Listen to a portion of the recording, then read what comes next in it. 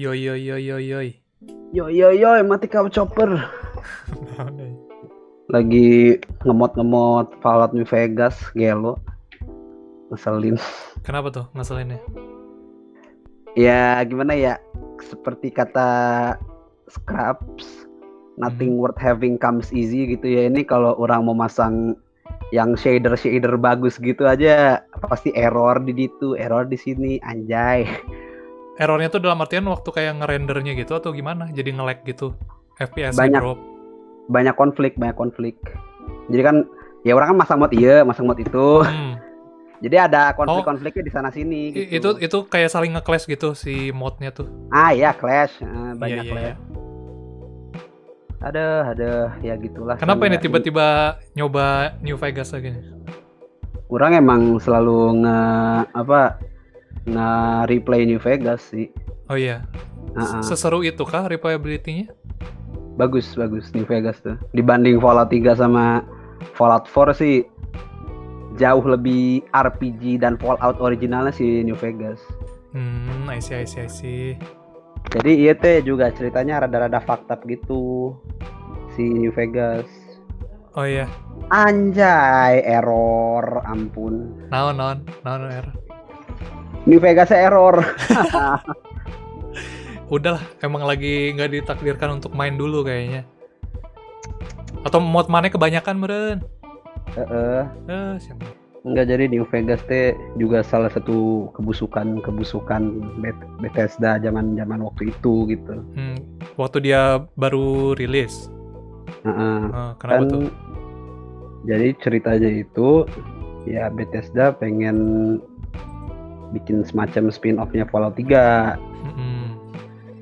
Dan itu diberikan tugasnya ke Obsidian. Itu dari apa ceritanya, Obsidian tuh kalau nggak salah dari orang-orang pembuat Fallout asli di Black Isle Studio. Jadi mereka cuma diberikan waktu 1,5 tahun untuk membuat game baru, terus dan dengan engine Fallout 3 gitu, nggak boleh diganti. Nah terus jadi yang dijanjikan itu kan ya kalau maneh dapat nilai 85 di Metacritic, maneh bakal dikasih bonus ya gitu. Kayak kalau enggak ya maneh cuma dibayar sesuai base price-nya gitulah, default price-nya. Dan pada akhirnya nilai maneh tahu berapa? Di Metacritic 84 anjir. Dan nggak jadi dapat bonus. Astaga, nggak bisa dikatrol dikit apa ya? Nggak bisa kayak. Atau kayak ya udah gitu, maklumin. Padahal secara ya subjektif ya New Vegas itu way many times better than Fallout 3 in terms of RPG, dialogues, and other shits like that gitu loh. Ya tapi gitulah Shan. Sedih. Itu mereka udah cuma diberikan 1,5 tahun gitu ya, dengan engine yang clunky penuh bug, namanya juga Bethesda. Dan pada akhirnya nggak diberi keringanan sama sekali gitu, gelo ya. Kecuali mungkin kalau kasusnya memang kayak mereka dapat banyak bantuan, terus deadline juga lebih lama gitu ya. Ini mah udah dikasih bantuannya juga kurang balik juga. Jadinya lebih kesel juga lah pastinya, ya nggak sih? Iya, nggak dapet royalti istilahnya. Itu ya jadinya. Dapatnya cuman yang base-nya doang berarti, kayak basic salary-nya gitu. Ya gitulah San. Tadi apa namanya, Obsidian? Terus mereka sekarang lagi ngegarap apa? Kemarin abis ngeluarin The Outer Worlds, game Fallout but in outer space gitu. Oke. Ya gue juga ada mainin ya, it's not bad, it's good. Tapi Obsidian tuh berarti kan apa, kayak game dev studio kan? Game dev studio. Mereka tuh yang untuk New Vegas tadi tuh outsource berarti si Bethesda tuh. Iya. Nah tapi barusan lu bilang yang outer space itu kan kayak Fallout yang di outer space gitu kan, yang Outer World tadi kan judulnya tuh. Iya. Lu bilang, lu mention Fallout itu tuh maksudnya apakah berarti Obsidian masih di outsource sama Bethesda gitu, ngegarap Fallout lain atau enggak kayak gitu? Enggak. Jadi emang kayak kan ya kayak apa ya, konsensus fan itu bilang kayak ya ini mah Fallout ya buat Obsidian sebenarnya sih, udah itu kan. Makanya Bethesda kan juga bikinnya beda sekarang, udah bukan RPG lagi tapi lebih ke first person shooter fokusnya di Fallout 4. Tapi ya walaupun di Outer Worlds juga gitu, tapi sekarang lebih mengfokuskan ke role playingnya, bisa memilih faction ini, faction itu, lebih ditonjolkan bagian itunya. Iya. To be honest ya, it's 77 to 80 lah range Outer Worlds tuh. Not bad lah berarti. Graphically stunning. Habis itu story wise it's okay. Karakternya it's fleshed out. Ya, but it still lacks something gitu lah, kayak orang-orang terlalu nge-hype juga lagi-lagi jatuh kayak si The Last of Us 2 aja. Jadi kayak wah, this is how you make Fallout, Bethesda, take notes gitu. This is the masterpiece. Ekspektasinya terlalu tinggi. Ya, ternyata waktu rilis ya it's okay. Iya, it's okay tapi not up to expectation kan. Nggak segitunya gitu loh. Tapi kalau emang maneh lihat apa kayak kota-kotanya gitu, emang kayak wow, kayak yang meme wow. bagus.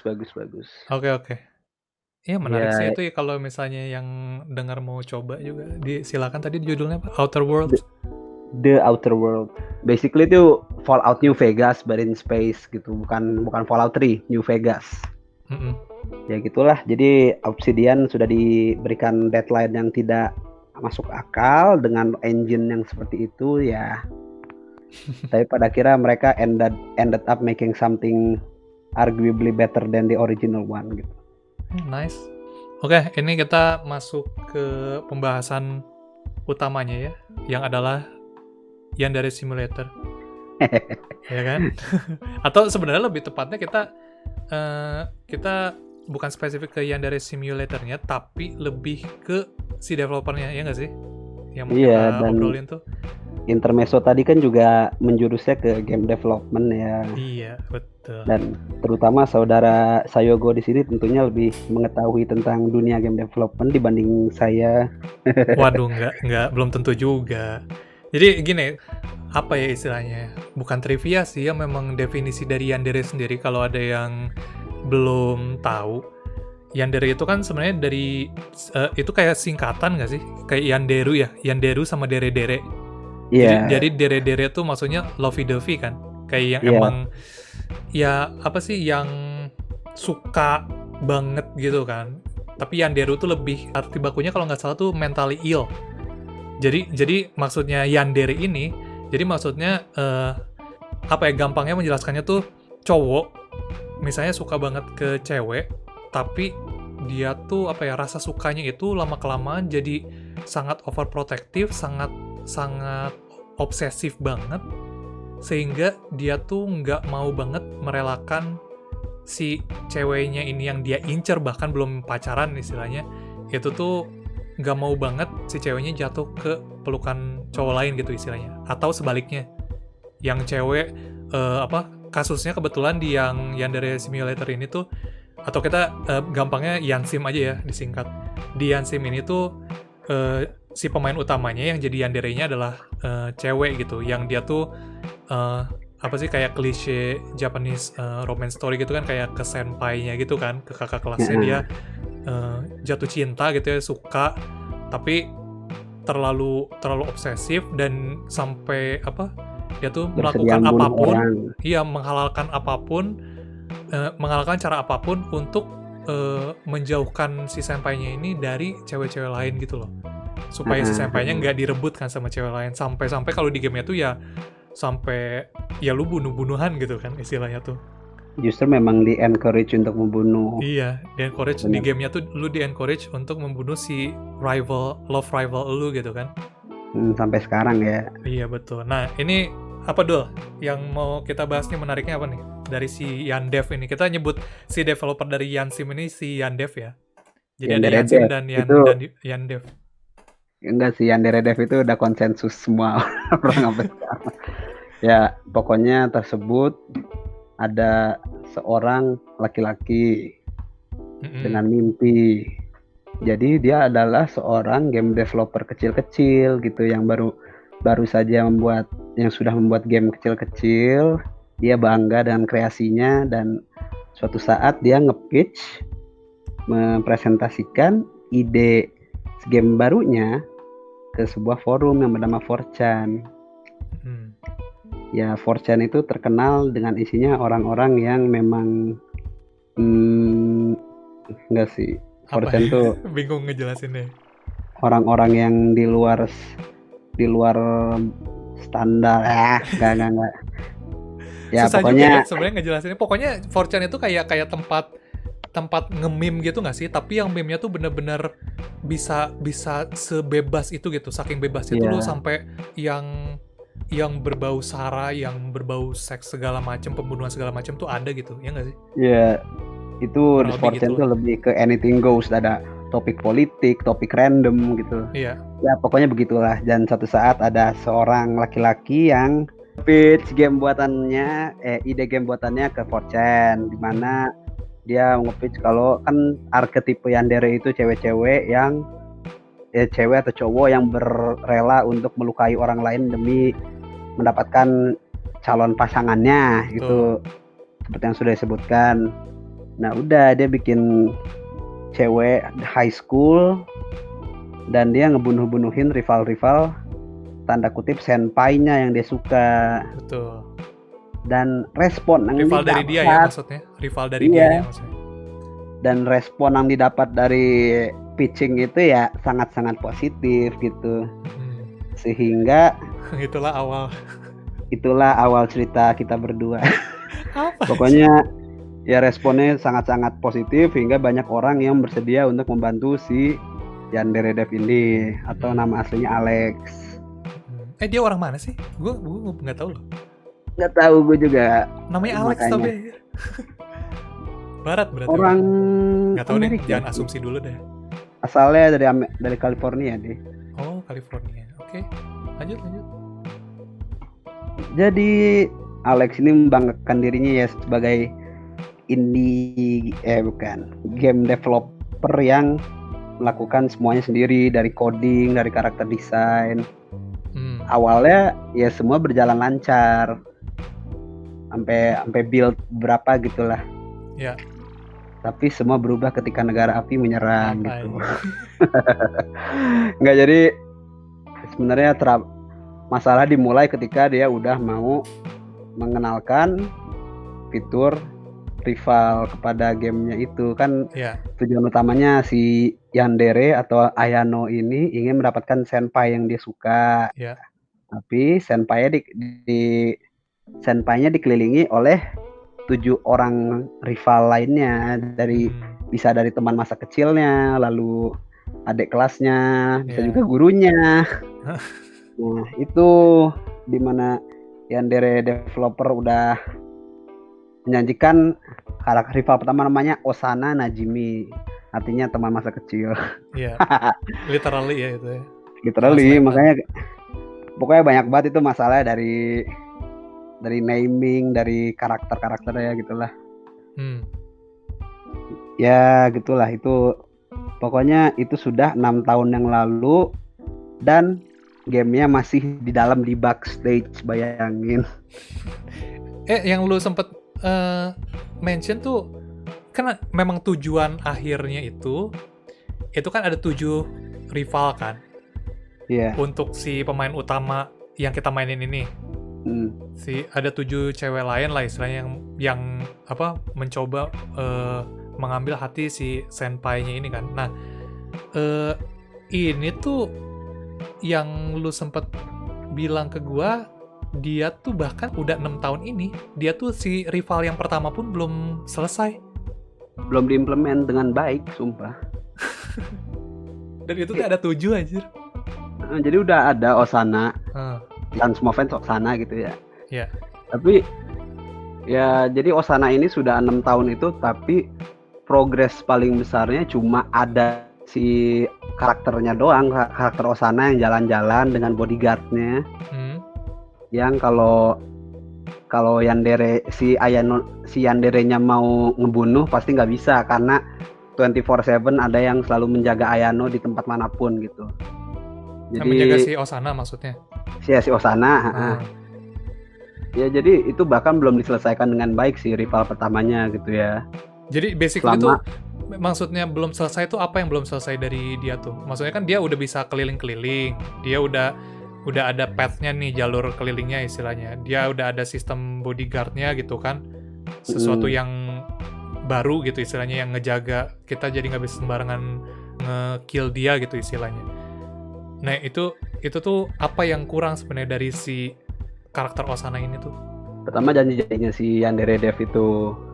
Memang apa yang Jadi dijanjikan? kan ya harusnya untuk mengeliminasi Osana tuh udah ada cara-cara banyak seperti di Hitman gitu. Lo bisa cara A, cara B, cara C dengan memfitnah dia, mengurangi reputasinya, ngebunuh dari jauh gitu. Tapi pada akhirnya itu belum ada yang bisa diimplementasikan sama sekali.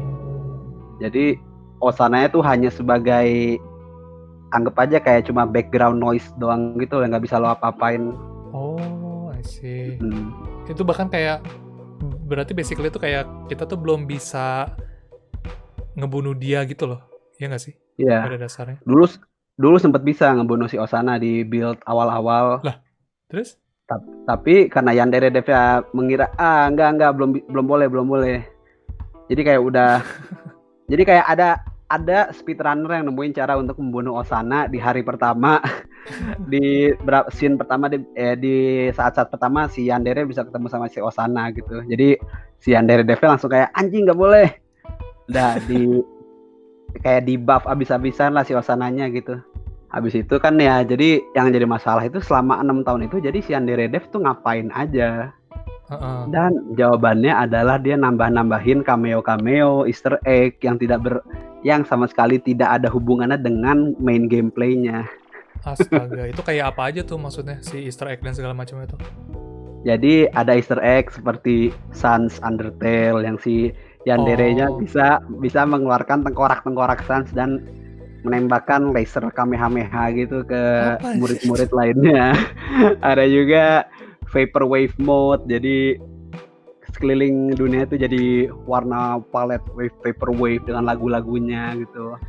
Dan yang juga fuck up-nya itu tuh 6 tahun yang selalu di-fund oleh Patreon dan donasi-donasi orang-orang yang sudah berbaik hati gitu ya kepada Yandere Dev itu sejak awal dia nge-pitch ke 4chan-nya. Yang nungguin juga ya dari awal itu tuh, ngedukung dari awal. Coba dulu waktu itu tuh lu sempat ngecek ya yang di Patreon tuh udah sampai berapa sih dukungannya per bulan tuh buat si Yandev ini tuh? Dulu sempet ke 30.000 ke atas, $30.000 per month gitu ya. Gila, $30.000. Setahu gue ya, seinget gue. Tapi maksudnya at the very least pernah gitu kan nyampe situ tuh? Pernah puluhan ribu pokoknya kalau nggak salah. Ya tetap aja gitu kayak, aduh, gila. Dan ya alasan Yandere Dev itu tuh kayak bullshit gitu loh. Dia tuh membandingkan diri dengan Toby Fox yang membuat Undertale, Scott Cawthon yang membuat Five Nights at Freddy's gitu. Itu tuh orang-orang yang kayak single fighter gitu. Iya, single fighter, dan dia bilang ini juga Cuphead juga dibuatnya bertahun-tahun gitu ya. Tapi kan kalau Cuphead itu kan emang karena hand animated frame per frame gitu ya. Iya, betul. Dan emang hasil akhirnya kayak gitu loh. Sedangkan ya Yandere Dev udah 6 tahun itu bahkan milestone pertamanya aja belum dicapai. Yang adalah? Ya si Osana itu. Si Osana itu.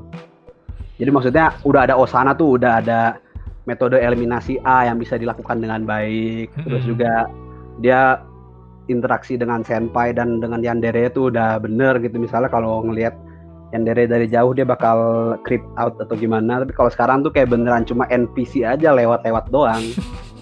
Kayak figuran doang. Iya, nggak kerasa seperti karakter gitu loh.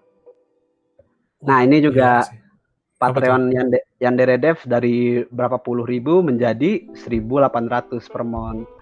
Sedih, astaga. Tapi itu masih lumayan loh, ya nggak sih?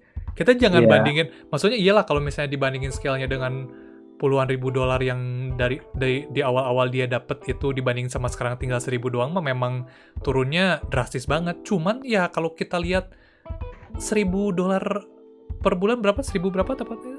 1.800. Ya 1.800-an dolar per bulan kan tetap aja banyak kan buat ngedevelop kayak gitu tuh. Iya, bener banget. Gila sih. Oh enggak, all time high-nya itu berapa nih? Apa tuh? Berapa tuh? All time-nya itu, enggak, salah, bukan 10.000. Apa tuh? Berapa? 5.000. Tetap aja itu 5.000 dolar ya, bukan 5.000 rupiah.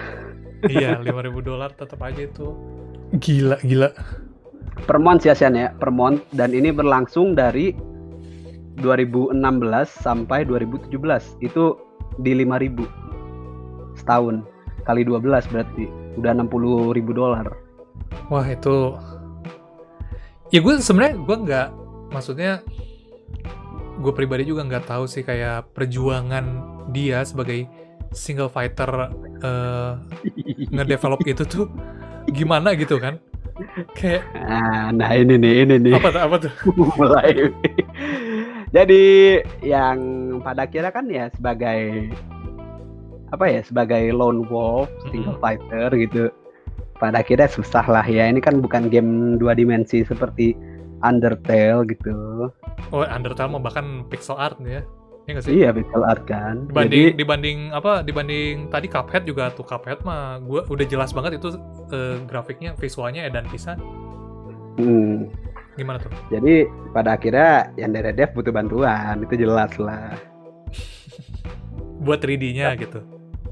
Buat 3D, buat soundtrack, buat karakter, semuanya men. Jadi pada akhirnya kan dia mulai dari codingnya dan ngambil aset dari Unity gitu ya San ya. Iya. Jadi sampai sekarang tuh dia dianggap sebagai asset grabber doang gitu dari Unity, soalnya sampai sekarang nggak ada beda-bedanya. Jadi apa ya, karakternya sampai sekarang kan ya dia bilang enggak, ini cuma sebagai placeholder doang, nanti bakal lebih bagus lagi. Jadi sampai sekarang build-nya itu masih pakai aset-aset dari Unity yang basic, yang default gitu, anime girl.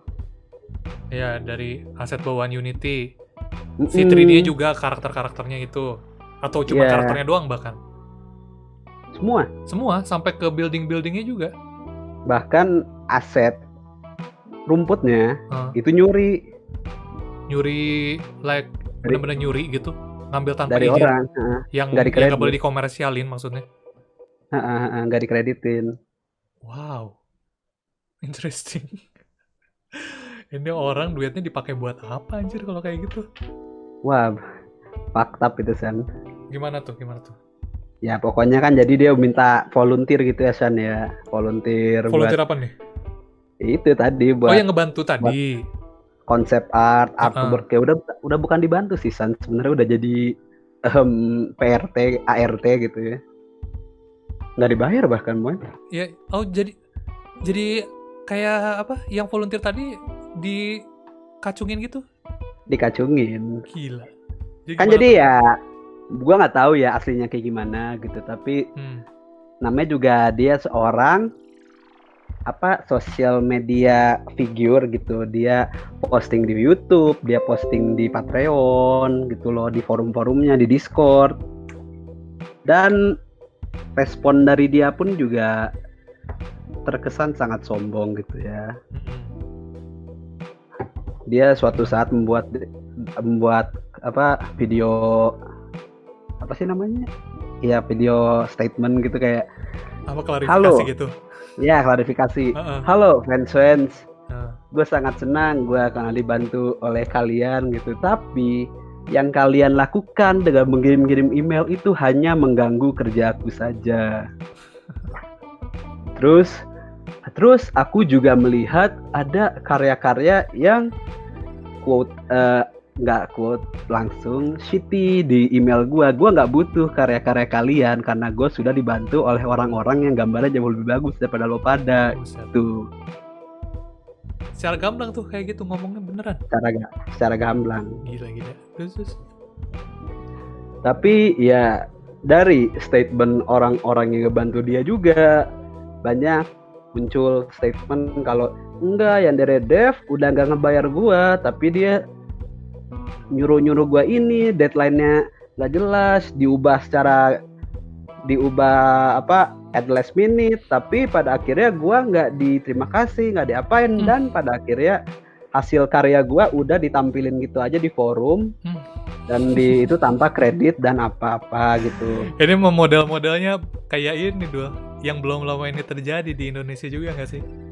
Yang sempet trending itu di YouTube, tahu nggak? Apa sih? Nggak tahu. Nggak tahu. Adalah pokoknya video klip gitulah pokoknya, lagu gitu. Adalah kita skip aja yang itu. Lanjut dulu Ya, ke yang pokoknya tadi. Pokoknya gitulah. Itu udah 6 tahun tuh selalu muncul respon-respon kayak gitu ya, kayak enggak, gue nggak pernah di kredit karya gue diambil, gitulah. Wah, itu tuh maksudnya dari awal sampai ke sekarang tuh banyak banget yang nge-confirm kalau mereka tuh belum dibayar dan segala macam gitu tuh, ada banyak maksudnya, nggak cuma 1-2 doang. Banyak, Shan, dan bahkan mereka nggak dibayar soalnya mereka hitungan volunteer, bukan outsource. Najis bener itu. $5.000 per bulan kemanain, Bambang? Udah 60.000 men dari 2016 ke 17. Makanya gitu. Astaga. Ya gitulah. Kan jadi makanya orang-orang pada bingung, ini kemana sih hasil duit pajak gua gitu. Ya, dan juga si Yandere Dev tuh kayak somong pisan, kunaon ieu teh tiis pisan dia ya gitulah. Dia tuh si Yan Dev-nya tuh dia tuh terlalu idealis, bener nggak sih? Bener banget. Kalau gua bilang kayak gitu tuh. Bener banget. Dalam artian tuh memang yang tadi lu bilang ada apa sih di awal-awal dia bahkan ada yang sampai speedrunner dalam sehari dia langsung tahu cara nanganin si Osana itu tuh, terus dia langsung nggak terima karena bisa dibilang apa ya kasarnya, kayak sistemnya tuh berhasil dipecahkan secepat itu atau apa tuh, itu tuh kayak kerasa idealismenya ada gitu di situ tuh, idealisnya tuh. Gue nggak mau atau enggak misalnya momennya tuh gue nggak mau udah ada yang bisa ngalahin dulu sekarang gitu, gue pengennya nanti gitu kan istilahnya. Yang itu tuh jadi kayak, dan juga dengan dia membanding-bandingkan diri dengan single fighter yang lain tuh apa sih, Cuphead yang kayak gitu sama Undertale kayak gitu, itu juga kan kayak itu kan idealismenya dia tuh si sendirinya itu kan, kayak gue tuh bisa lo ngerjain ini sendiri gitu nggak sih? Iya benar. Tapi ujung-ujungnya dan pada akhirnya minta dia volunteer kan orang lain.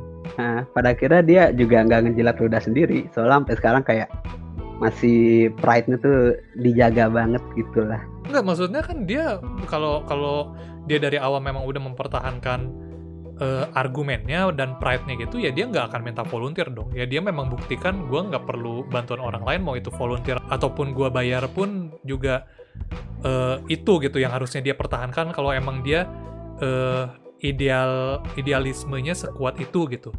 Tapi kan buktinya kan ada volunteernya kan. Ya walaupun hasilnya nggak dibayar juga ujung-ujungnya dibilangnya tuh. Dan ini salah satu kefakapannya lagi. Jadi Yandere Dev itu nggak jago coding. Oke. Dia basicnya memang bukan coding atau gimana? Iya, dia basicnya kayak cuma ya kan dia game developer gitu ya, yang dulu cuma bikin game kecil-kecil Unity yang ya tidak terlalu kompleks itu, kayak cuma side scroller simple gitulah pokoknya. Ya tapi gua dari dulu pun dia ngutak-atiknya sendiri juga game-game yang sebelum Yansim pun. Iya. Kayak Jack of all trades gitu, jadinya Jack of all trades. Jack of all trades, tapi dia ngerasa seakan kayak I am the god of Jack of all trades gitu. Jadi, nah ini. Apa tuh? Yang jadi masalah game lagi, codingnya tuh parah banget di Yandere Simulator itu. Parah tuh dalam artian gimana? Kayak kurang rapi kah? Kodenya acak-adul. Banyak bug? Terus? Kayak masih beneran ini game 3D yang besar gitu ya. Tapi kode-kode itu masih else if gitu loh. Jadi kayak apa? Too simple to use gitu maksudnya di sebuah game kayak gitu. Terlalu simple dan terlalu berat, terlalu banyak. Jadi di satu frame San. Di satu karakter. Yeah. Satu karakter dalam satu frame aja sudah memuat 17.000 kode. Baru satu karakter di berapa 60 karakter lain di satu SMA. Itu tuh jadi gimana? Jadi akhirnya ujung-ujungnya itu yang memunculkan bug dan membuat gamenya jadi berat gitu maksudnya. Iya. Wow. Oke. Jadi orang-orang juga sudah mempoint out gitu ya, kode maneh teh kode noodle pisan kayak mie gitu. Dan banyak kode lain gitu, misalnya kayak apa ya gitu istilahnya repeater gitu, jadi nggak harus diulang-ulang lagi kodenya gitu. Tapi pada akhirnya si Eta kekeh, bodoh amat, gua kan udah bikin game sendiri, lu masa nggak ngeliat ini hebat gitu si Eta responnya. Aduh anjir. Jadi suatu saat juga berapa tahun ini tuh ada sebuah publisher game lain yang bernama Tiny Build, kalau maneh tahu. Tiny Build. Dia nge-develop apa? Hello Neighbor sama Party Hard. Oke, terus? Ya, eta teh juga udah apa ya? Enggak publisher yang lumayan besar kok, 60 employee gitu lah. Intinya ya mereka game-gamenya bagus lah berjalannya gitu. Dan mereka bekerja sama dengan Yandere Dev. Wah ini asik nih kalau udah main publisher nih biasanya. Gimana tuh? Dan ya Tiny Build kan sudah punya banyak portofolio game yang ya udah lumayan established lah. Tuh. Terutama Hello Neighbor dan Party Hard gitu. Udah mereka membuat kodenya from the ground up lagi. Menjadi kode yang lebih bagus ya, mind you ini kode yang jauh lebih bagus pasti gitu. Pasti dong, iya. Terus? Tapi Yandere Dev memutus hubungan kerjasamanya secara sepihak. Gara-gara tidak suka kodenya diutak-atik. Gara-gara nggak suka kodenya diutak-atik. Astaga. Alasannya ya, gua nggak mau kode gua jadi serasa asing buat gua. Gitu. Lek kumaha mantap. Ya gitulah hiasannya, itu juga salah satu masalahnya. Ya gitulah. Anjir udah terlalu idealis, sombong parah. Emang sih tapi targetnya bikin game kayak Hitman dan campur Persona. Itu dua-duanya adalah game yang sudah punya banyak sequel gitu ya. Jadi sudah ada dasarnya masing-masing. Kalau bisa dibilang dia hanya melihat luarnya aja tanpa esensinya.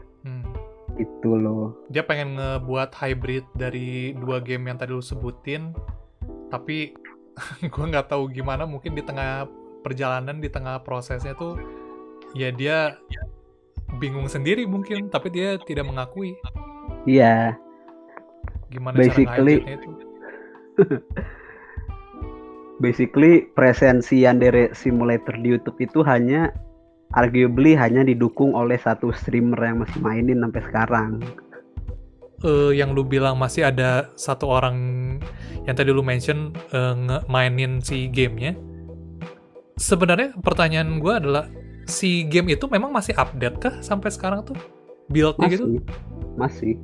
Jadi update-nya itu tapi yang tadi lu bilang yang kayak fitur nggak berguna gitu, kayak Kamehameha gitu, Easter egg, itu yang update-annya tuh.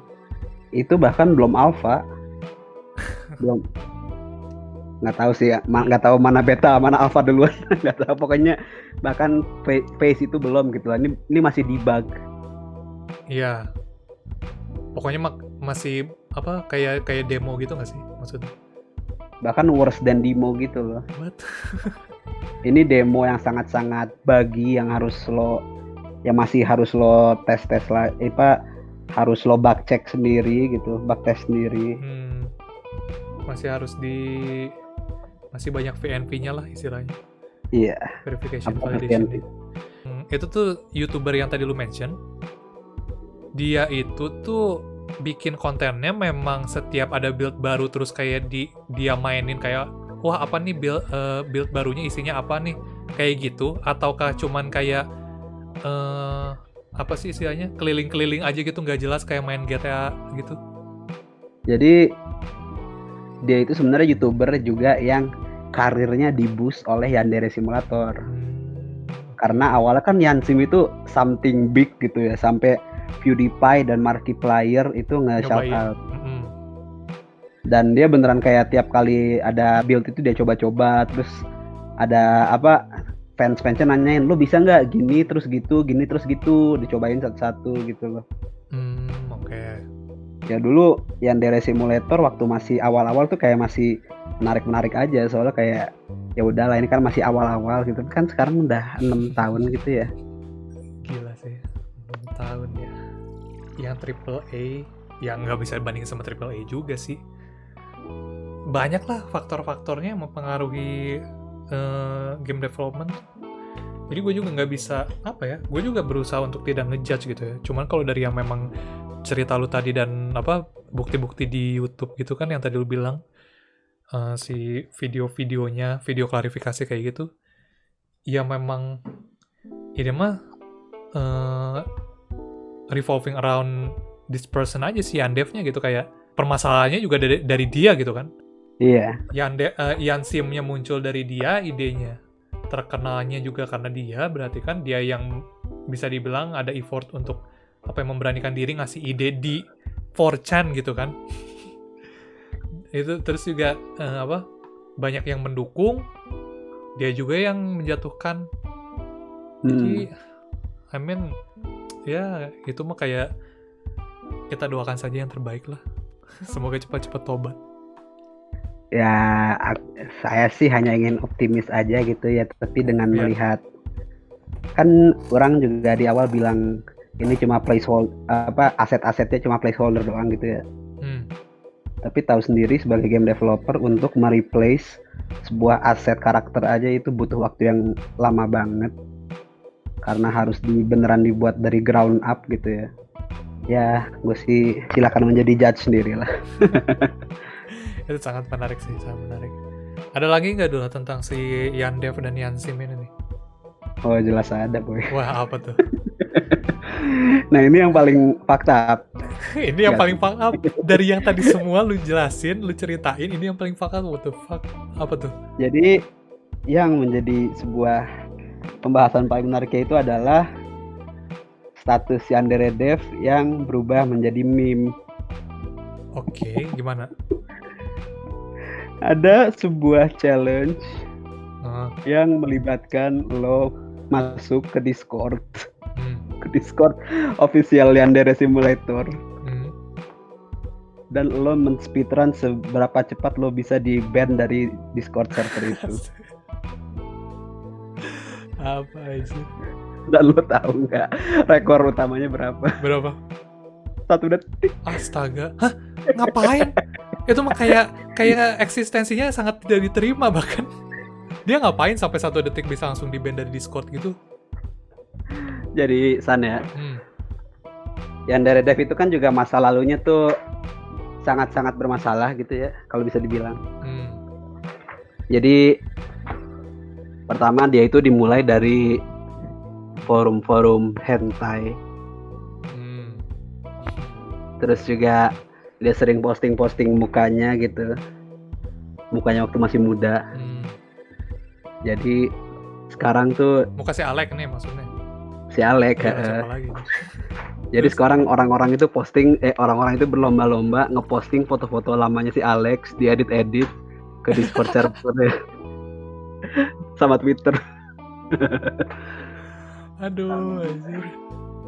Aduh, kalau udah cyberbullying gitu sebenarnya kasihan sih kalau ditindak begitu oleh netizen tuh, tapi ya I mean jadi dapat duit juga digitally gitu ya istilahnya. Kayak ya lu harus tahan dengan konsekuensinya gitu. Ya enggak sih? Iya. Dengan apapun perbuatan lu, keputusan lu yang membuat netizen jadi marah begitu, jadi ngamuk, ya Dan dijadikan meme yang tolol juga gitu ya, yang ngehina diri lu gitu. Suffer the consequences aja lah istilahnya mah. Selamat datang Lagi di dunia digital. masalah sih Andre Deve itu juga selalu sensian gitu. Dia nggak nerima kritik sama sekali gitu. Itu keras kepala. Walaupun kritik itu konstruktif ya, jadi jelas orang-orang di internet jadi kesel lah gitu kan. Iya. Ya udah aja kalau misalnya itu istilahnya gitu kan, netizen tuh di seluruh dunia tuh kalau misalnya nih orang udah keras kepala, susah dikasih tahu segala macam. Ya udah dijadiin meme aja kalau kayak gitu mah. Udah it's free real estate. Yes, itu eksistensi lo udah it's just a meme. Soalnya saking fuck up-nya tuh lo sampai bisa lihat di YouTube gitu ya. Yandere Dev speedrun Discord server compilation gitu. Apakah itu sejarah yang ingin lo tinggalin sebagai seorang game developer gitu ya? Gue sih gak tahu. itu tuh apa ya istilahnya ya tapi ya kalau lihat dari sisi positifnya berarti banyak orang yang dapat rezeki mungkin ya dari meme, dari keberadaan si Yandev ini tuh. Gua nggak tahu itu dibikin AdSense atau enggak, tapi kayak itu kan apa, orang bikin video meme kayak gitu yang Discord tadi yang lu bilang itu kan jadi hiburan buat orang lain juga seenggaknya gitu kan. Kalau lihat positifnya gitu, apalagi kalau bisa dapat duit dari situ tuh channel YouTube. Lo harus lihat sendiri. Iya. Nantilah saya cek lah. Ini juga, jadi kenapa orang-orang juga tambah kesel? Karena dibandingkan dia membuat game, kesibukannya dia malah sibuk streaming juga di Twitch. Tanpa ada hasil streaming game dia di Twitch. Dan bukan yang dari simulator, tapi game-game yang gak ada hubungannya. Kayak apa tuh? Kayak baru akhir-akhir ini dia lagi sibuk-sibuknya streaming Animal Crossing. Oke. Terus lagi-lagi situ dia bangga-banggain, ya udah gue juga setiap hari bangun hanya untuk mendevelop game ini gitu ya, tapi nggak kelihatan gitu ya, punten. Dan yang paling deket juga, orang-orang juga kesel karena duit yang sudah dia dapat dari Patreon-nya dipakai untuk beli apa coba? Apa tuh? Beli Nintendo Switch kedua. Mantap. Karena dia tidak puas dengan kota Animal Crossing ini. Aduh anjir. Jadi apa? Jadi dia tadinya udah punya nih satu Switch. Yang pertama, dia main Animal Crossing di situ. Iya. Dia nggak suka sama kota yang dia dapat di situ. Dia beli Switch baru. Astaga. Ya gitulah polemik yang dari developer. Iya, gue mau ngomentarin apa ke dia ya, istilahnya kenal juga kagak, cuman kayak tadi balik lagi kita mendoakan saja yang terbaik gitu kan, walaupun tadi untuk optimis aja agak susah gitu kayak lu bilang juga. Kalau misalnya dia masih keras kepala dan terlalu berpegang pada idealismenya sendiri dan kesombongannya sendiri gitu kan, itu mah tinggal nunggu benar-benar hancurnya aja kalau kayak gitu mah. Dari dulu juga model kayak gitu. Ya, menarik. Wish for the best lah. Iya. Ini cautionary tale buat para game-game developer lainnya yang ada di dunia ini gitu. Jadi jika Anda seorang game developer, lihatlah contoh-contoh yang baik seperti Scott Cawthon yang bisa menerima kritik, gambarnya di karya-karya dia dibilang terlalu robotik ya, dan serem. Tapi dengan kritik itu dia menjadikannya sebuah nilai tambah di mana dia membuat animatronik yang bisa memakan orang dan menjadi sukses gitu. Itu kan namanya jadilah apa? Five Nights at Freddy's. Ini kita ngomong tadi dia single fighter ya, yang single fighter juga ya. Iya. Iya. Terus kalau misalnya yang apa ya? Contoh, tapi ini sebenarnya bukan contoh yang cocok banget untuk topik Yandev ini sih, cuman kayak gue pengen nyebut aja No Man's Sky. Contoh, walaupun mereka bukan single fighter, bukan lone wolf, tapi mereka contoh apa ya, yang istilahnya udah terpuruk banget gitu kan, karena ekspektasi orang yang sangat tinggi dan hype yang overhype banget gitu kan waktu sebelum rilis. Ternyata waktu rilis banyak ngaconya, jadi jeblok, jadi wah pokoknya udah terpuruk banget. Tapi akhirnya sering berjalannya waktu mereka jadi lebih baik kan. Iya, mereka Gamenya redeeming itself. Iya, dan jadi timnya juga kecil kan kehitungnya tuh, seingat gue tuh. Iya. Si untuk No Man's Sky tuh, tapi akhirnya ujung-ujungnya yang tadi udah dihina-hina, udah mungkin istilahnya kalau orang mikirnya kalau udah reputasi lu di internet udah hancur, mungkin bakal susah untuk bangkit lagi gitu. Tapi si No Man's Sky ini tuh bisa gitu kan, bangkit dari keterpurukan itu tuh. Game mereka akhirnya malah akhir-akhir ini gue lihat itu tuh dapat banyak pujian malah. Pujiannya tuh udah pasti kalau secara technical, secara verifikasi ya memang karena gamenya jadi lebih baik gitu, secara objektif ya. Tapi selain itu juga yang kerasa banget dan kelihatan banget itu lebih banyak pujiannya adalah kepada si developernya sendiri gitu, si timnya. Karena lu tuh ini gitu, kayak lu ngedengerin kritikan dari kita, lu tuh berani untuk mencoba lagi gitu, lu berani untuk bangkit, dan lu bisa gitu membuktikan kalau lu tuh bisa mendeliver apa yang lu janjikan sebelumnya gitu. Iya, pada akhirnya janji-janji yang sebelumnya nggak di-deliver di awal rilis, pada akhirnya sekarang udah kepenuhin semua dan Plus Ultra. Gimana tuh jadinya maksudnya? Jadi bahkan lebih gitu dari sebelumnya. Janji-janjinya sudah ke-deliver. Dan muncul fitur-fitur lain yang jauh lebih bagus daripada yang dijanjikan gitu loh. Lebih seperti kata My Hero Academia Plus Ultra gitu, si Sean Murray dan Hello Games. Iya, itulah contoh yang apa ya? Contoh yang baik yang bangkit dari keterpurukan tuh. Maksudnya kayak tadi gue bilang, ini sebenarnya nggak terlalu nyambung sih, karena gue nggak tahu sih ini nyambung atau enggak, karena Yandev juga gue lihat belum terpuruk banget nggak sih, atau udah kehitungnya? Nyambung, tapi ini nyambungnya tuh di konteks janjinya itu loh. Si Yandev kan janjiin itu. Iya, jika Yandev nih harus belajar nih kalau udah benar-benar hancur ntar. Ini dia masih ada duit kan, misalnya di Patreon lu cek terakhir tadi masih ada 1.800-an kan, berarti masih ada duit ngalir itu per bulan. Iya. Masih ada duit ngalir. Berarti kayak lu secara reputasi lu udah terpuruk, tapi kalau lu nggak berubah-berubah ya tunggu aja sampai Patreon lu habis, duit lu habis buat ngedevelop itu, lu mohon-mohon ke netizen nggak ada yang ngedengerin ya. Kalau udah sampai situ ya penuhilah janji-janji lu ini yang udah 6 tahun, bahkan milestone pertamanya aja belum nyampe. Kalau meme-nya itu ya Luffy bakal menjadi raja bajak laut duluan sebelum Yandere Dev menyusulkan Osama. One Piece udah tamat duluan sebelum Yandev selesai. Itu aja mungkin milestone masih yang pertama. Ya gitu sih. Kalau mana mau melihat lebih lanjut tentang kalau yang No Man's Sky ya, bisa dilihat di Internet Historian tuh, bagus tuh pembahasan. Internet Historian. Ya. 1 jam menarik sih. In Goodening of No Man's Sky. Yes. Oke deh, ada lagi nggak, Dul? Itu sih, udah fakap-fakapnya udah kebuka. Ya, gue mah balik lagi yang ngasih tahu aja, kayak kita mah doakan yang terbaik ya untuk Bang Alek atau Yandev istilahnya, supaya dia bisa cepat-cepat menyelesaikan gamenya dan janji-janjinya itu terpenuhi, supaya orang-orang yang ngedukung dia dari awal sampai kecewa atau mungkin balik lagi atau sampai sekarang masih ngedukung tuh kayak seenggaknya lega gitu, kayak oh iya duit gue terpakai dengan baik dan benar nih istilahnya, duit yang gue kasih ke dia tuh, dan ada gitu hasil jelasnya gitu. Ya semoga bisa cepet-cepet tobat lah.